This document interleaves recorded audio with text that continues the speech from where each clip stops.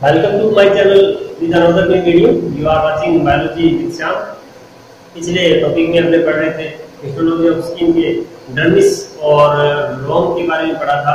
और आज का जो टॉपिक है वो है त्वक ग्रंथियां या क्यूटेनियस ग्लैंड।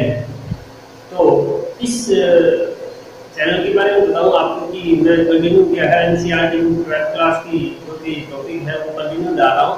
तो आप मेरे इस चैनल को सब्सक्राइब कीजिए जिससे आपको नोटिफिकेशन है वो मिल जाए और आप अच्छी तरह से अगले वीडियो को भी लगातार देख सकें। तो आज का जो टॉपिक है वो है क्यूटेनियस ग्लैंड या त्वक ग्रंथियां। तो त्वक ग्रंथियां हैं या त्वचा की जो ग्रंथियां होती है हमारे शरीर के अंदर, जो त्वचा है उसके डर्मिस और एपिडर्मिस भाग के अंदर क्या है, धसी हुई रहती है। तो उसके बारे में अपने आज जानेंगे या अध्ययन करेंगे। तो देखिए त्वक ग्रंथियां, तो त्वक ग्रंथियां क्या होती है, बहिस्रावी होती है। क्या होती है, एक तो बहिस्रावी ग्लैंड होती है। इंपॉर्टेंट बात है, ये बहिस्रावी ग्रंथियां होती है, यानी जो स्क्रेटरी प्रोडक्ट होता है वो एक तरह से नाल के द्वारा या नलिकाओं के द्वारा शरीर से क्या है बाहर आता है, स्किन के ऊपर आता है, इसलिए इसको बहिस्रावी सिस्टम या अपने ग्लैंड कहते हैं। और इसके बाद में हम बात करें तो ये मैल की घी स्तर से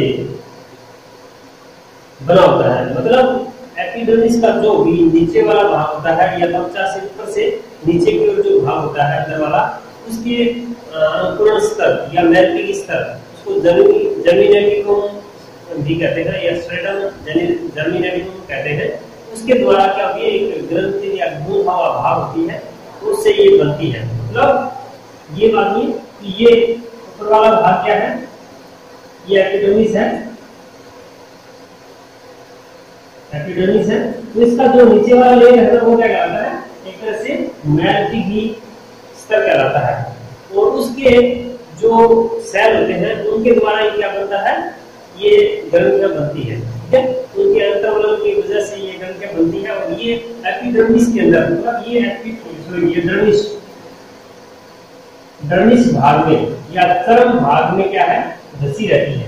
एपिडर्मिस का जो अंकुरण स्तर होता है उन कोशिकाओं के द्वारा ये बनती है। और ये चर्म भाग होता है या डर्मिस भाग होता है उसके अंदर ये धसी रहती है। मतलब यहाँ से ऐसे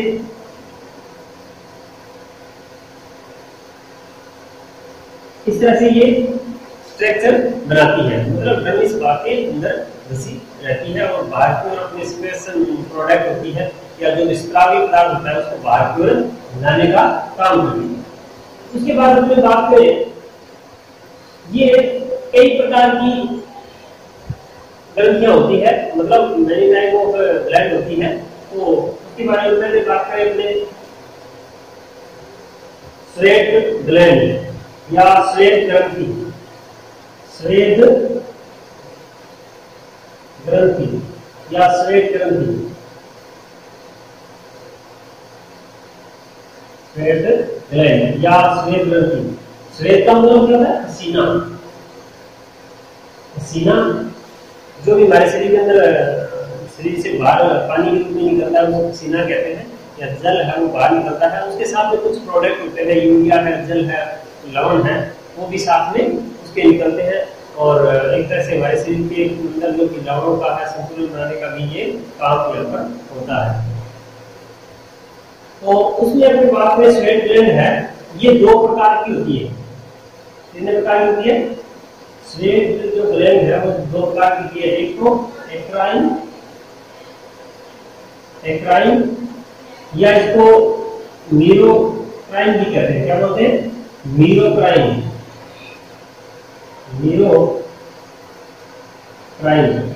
एक्राइन या मीरोक्राइन भी कहता है। दूसरा जो भाग होता है वो कहता है एक्वोक्राइन होता है, एक्वोक्राइन। अब एक्वोक्राइन और मीरोक्राइन में क्या अंतर होता है, यहाँ पे एक बात जानना जरूरी है क्योंकि एनसीईआरटी ने पूरी तरह से एक्सप्लेन नहीं किया है। तो इसको मैं यहाँ पे बता देना चाहता हूँ कि एक्राइन होता है, जैसे मान लीजिए कि ये एपिडर्मिस है और ये क्या है, डर्मिस है। तो हमारे शरीर में जो एक्राइन होती है वो क्या है, चरम भाग के कुछ ऊपर पाई जाती है, ऐसे, यानी चरम भाग के ऊपरी, यानी अधिचरम और चरम के पास में ही क्या है, दोनों के जो गर्दन स्थल होते हैं वहां पर क्या है, जो ग्रंथि पाई जाती है वो क्या होती है, एक्राइन होती है। और एक होती है एपोक्राइन, जो क्या है इसके नीचे क्या है, बहुत गहरी पाई जाती है। मतलब ये जो ग्लैंड है वो एक तो डर्मिस के अंदर तक या निचले भाग तक फैली रहती है या पाई जाती है, तो एक ये अंदर हो गया। तो एक दूसरा अंदर ये क्या होता है, यहाँ पे देखिए एक्राइन है, ये मान लो कि जो सेल है, तो ये क्या है, ग्रंथि है, और ग्रंथि की सेल किस तरह से होती है,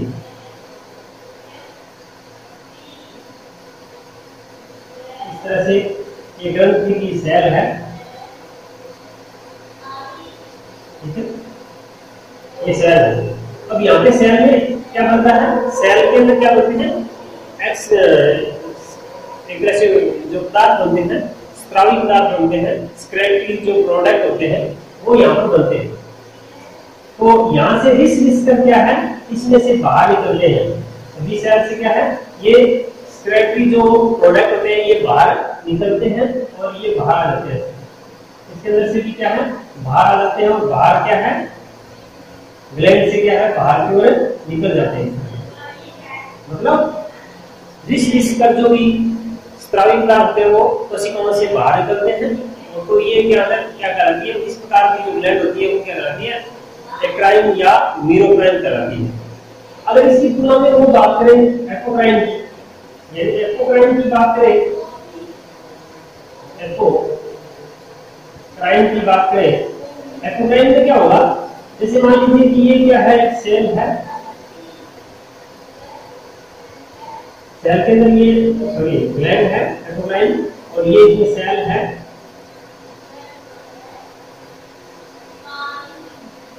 ये सेल है,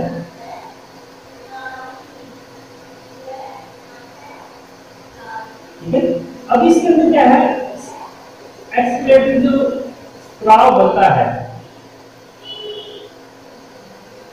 इसके अंदर जो सेल होती है और उसमें जो स्त्राव बनता है या जो पदार्थ स्त्रावी होता है उसको बाहर लाने के लिए क्या है, उसमें एपिकल जो पार्ट होता है ना कोशिका का, वो भी क्या है, साथ में रहता है। जैसे यहाँ पर क्या है, उसका जो कुछ भाग है वो क्या है, बाहर क्यों आ जाता है, इसमें स्क्रेटरी जो प्रोडक्ट होते हैं वो इसके साथ में रहते हैं,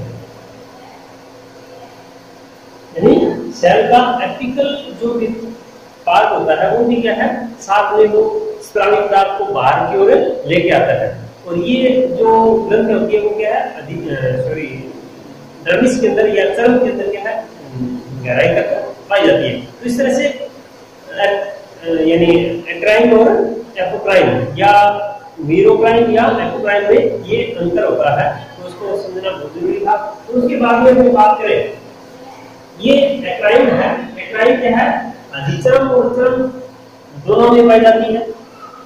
एपोक्राइन है चरम और यानी अधिचरम दोनों में पाई जाती है, दोनों में ये समानता है। मतलब ये यहाँ का जो भाग है ये क्या है, ये अधिचरम है, ठीक है, ये अधिचरम है और ये भाग है चरम है। तो दोनों में पाई जाती है, लेकिन अंतर क्या है, ये गहराई तक पाई जाती है और ये थोड़ी ऊपर तक या उससे ऊपर पाई जाती है, ये अंतर होता है इसमें।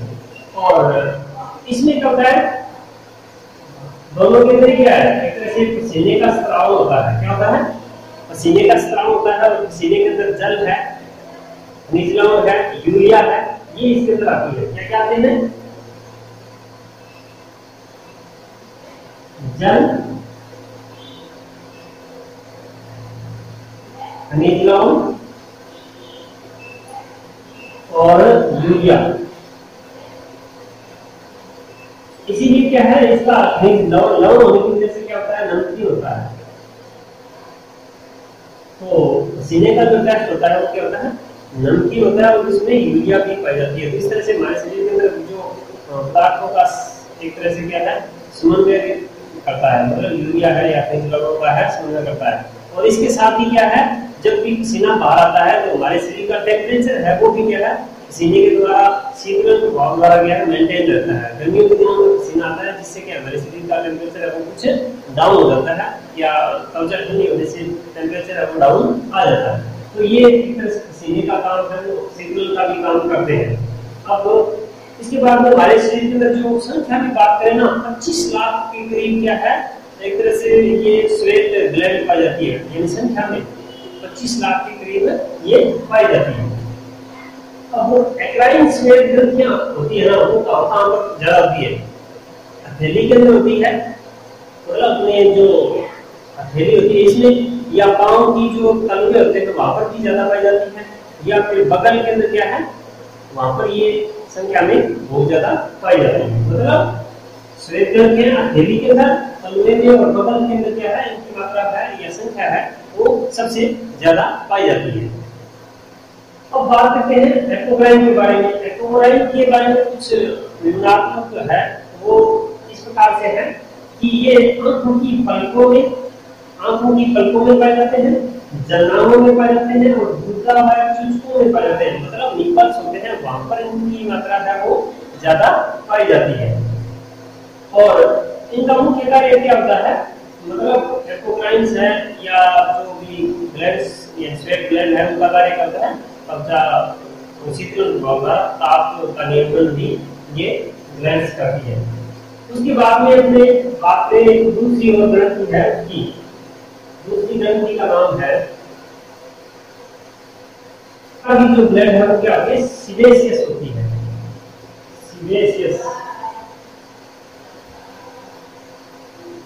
सीबेशियस या तेलीय ग्रंथि, मतलब एक तरह से तेलीय ग्रंथि है, तेल का स्राव होगा तो ये तेलीय कहलाएगी। तो इसके बारे में अपने जानेंगे। मतलब ये क्या है, ये एक तो बालों की जड़ों में पाई जाती है, ये बालों की जड़ों में पाई जाती है, ठीक है, ये बालों की जड़ों में पाई जाती है। और ये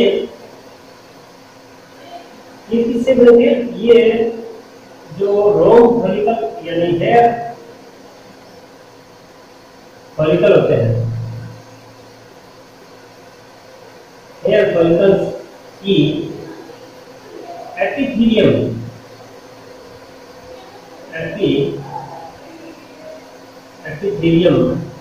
लेयर से बनते हैं।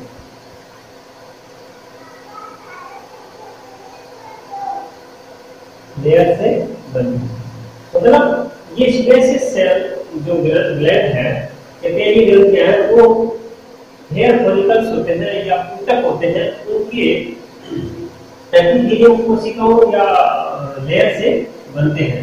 ये इम्पोर्टेंट बात है। और इसका जो इन कोशिकाओं के अंदर सीबम पाया जाता है, यानी क्या है, सीबम पाया जाता है। सीबम में क्या है, इन सेल्स में सीबम पाया जाता है। तो सीबम क्या होता है, एक दूध के समान गाढ़ा तेलीय पदार्थ होता है, दूध के समान तेलीय गाढ़ा पदार्थ होता है। और ये क्या करता है, रोमकांड के साथ में बाहर की ओर निकलता है, उसको चिकना बनाए रखता है, और उसके साथ में त्वचा को भी क्या है, चिकना और जलरोधी बनाता है। मतलब रोमकांड है या हेयर साफ होता है, रोमकांड या हेयर साफ होता है,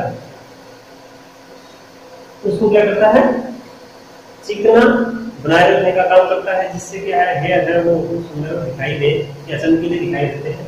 तो ये इसका कार्य होता है सीबम का, ठीक है।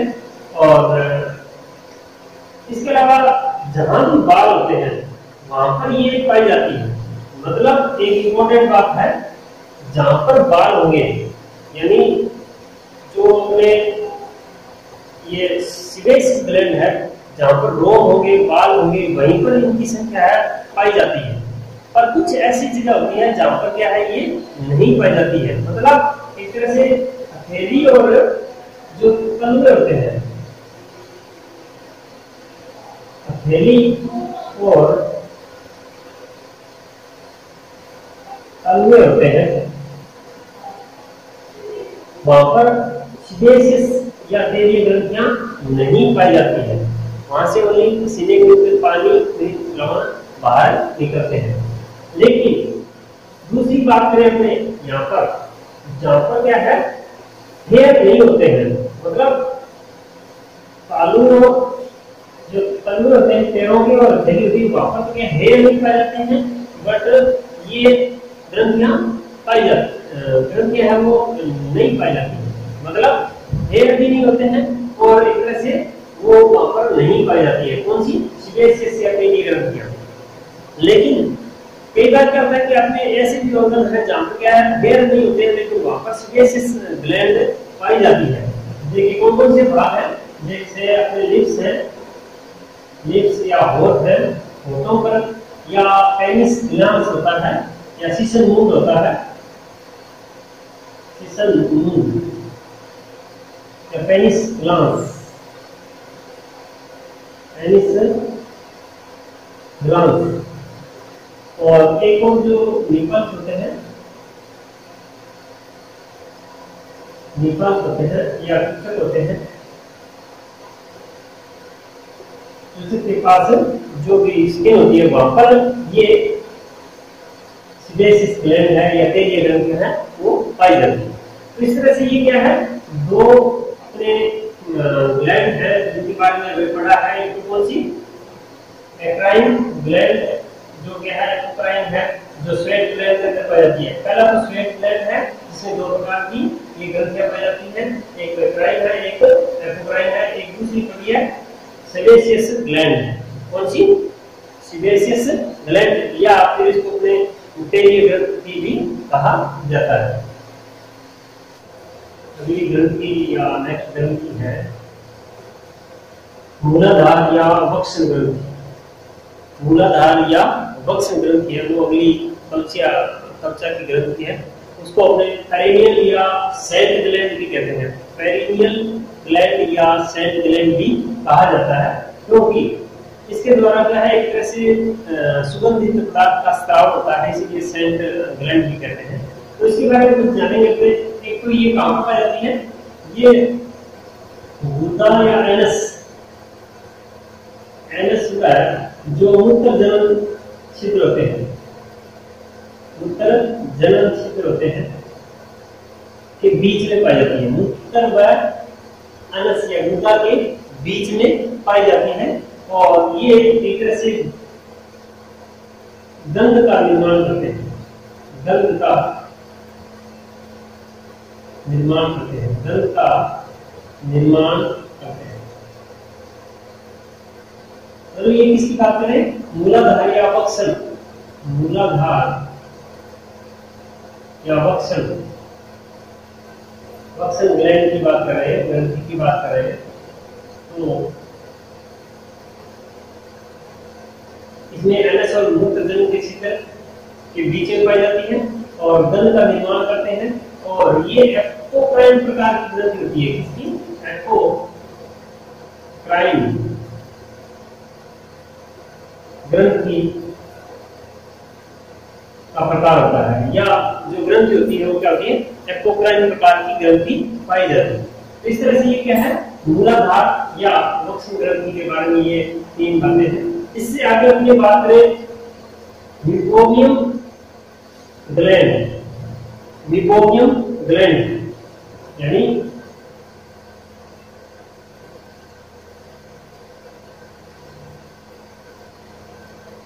मिबोमियम ग्लैंड, यानी ये क्या है, एक तरह से हमें त्वचा की ग्रंथि है और ये तेलीय ग्रंथि का रूपांतरण है, या सीबेसियस ग्लैंड का रूपांतरण होती है। किसका? तेलीय ग्रंथि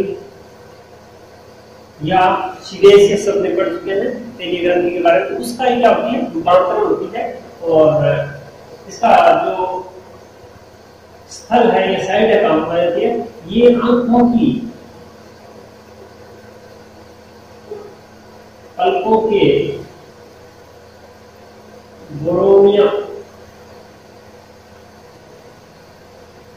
में पाई जाती है, ब्रोनिया में पाई जाती है। यानी आंखों के अंदर क्या है, ब्रोनिया होती है, कॉर्निया होती है, कॉर्निया के अंदर ये पाई जाती है। और ये एक तरह से क्या करती है, हमारे आंख के अंदर जो कॉर्निया होता है, कॉर्निया के ऊपर, कॉर्निया के ऊपर तेलीय लेयर या फिल्म का निर्माण करती है, जिससे क्या है, आंखों के अंदर क्या है, सुसुप्तता ना आए या आंखें है वो नम बनी रहती है। तो एक तरह से क्या है, ये तेलीय फिल्म का निर्माण भी करते हैं। और इसके बाद में जो अगली ग्रंथि है, मेबोमियन ग्लैंड के बाद में है एक जेस ग्रंथि है। कौन सी? जेस, जेस ग्रंथि। जेस ग्रंथि है, ये भी क्या होती है, एक तरह से सीबेसिस ग्लैंड का रूपांतरण है। और इसके द्वारा भी क्या है, एक तेलीय पदार्थ का स्राव होता है। और ये भी कॉर्निया के जो ऊपर क्या फिल्म टाइप या एक लेयर बनाती है, जिससे क्या है, अपनी आंखें है वो नम बनी रहती है। तो इस तरह से ये क्या है, ग्रंथियों को आपने अच्छी तरह से पढ़ा है और आप इसको अच्छी तरह से समझे होंगे। तो मैं सोचता हूँ कि ये जो आपको टॉपिक लगा, अच्छा लगा, तो आप इसको सब्सक्राइब कीजिए और शेयर भी कीजिए, और जिससे आपको क्या है, नोटिफिकेशन है वो आपको प्राप्त हो जाएगी। Thanks for watching. अगली ग्रंथि या नेक्स्ट ग्रंथि है मूलाधार या वक्ष ग्रंथि। मूलाधार या वक्ष ग्रंथि है वो अगली कक्षा की ग्रंथि है। उसको अपने पेरिनियल या सेंट ग्लैंड भी कहते हैं। पेरिनियल ग्लैंड या सेंट ग्लैंड भी कहा जाता है, क्योंकि इसके द्वारा क्या है, एक तरह से सुगंधित पदार्थ का स्राव होता है, इसलिए सेंट ग्लैंड भी कहते हैं। तो इसके बारे में कुछ जानेंगे। एक तो ये कहाँ पाई जाती है, ये गुदा या एनस,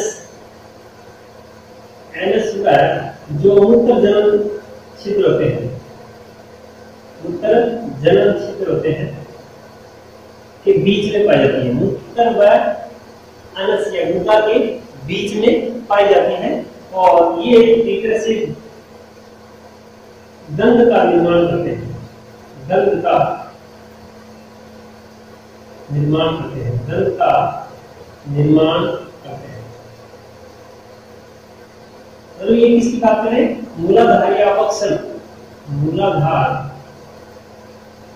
या वक्सल, वक्सल ग्लैंड की बात कर रहे हैं, ग्रंथि की बात कर रहे हैं। तो इसमें एनस और मूत्र जनन के छिद्र के बीच में पाई जाती है और दंत का निर्माण करते हैं। और ये एक्पोक्राइन प्रकार की ग्रंथि होती है। किसकी? एक्पोक्राइन ग्रंथि का प्रकार होता है, या जो ग्रंथि होती है वो क्या होती है, एक्पोक्राइन प्रकार की ग्रंथि पाई जाती है। तो इस तरह से ये क्या है, मूलाधार या वक्ष ग्रंथि के बारे में ये तीन बातें हैं। इससे आगे अपनी बात करें मेबोमियन ग्लैंड, मेबोमियन ग्लैंड यानी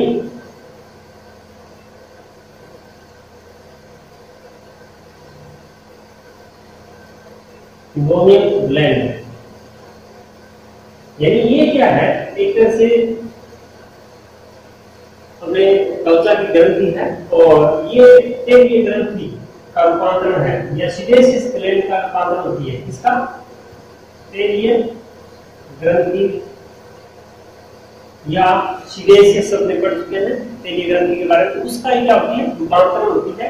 और इसका जो स्थल है या साइड है काम पाई जाती है, ये आंखों की पलकों के बोरोनिया में पाई जाती है, ब्रोनिया में पाई जाती है।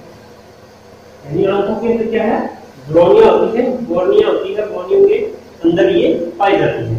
और ये एक तरह से क्या करती है, हमारे आंख के अंदर जो कॉर्निया होता है,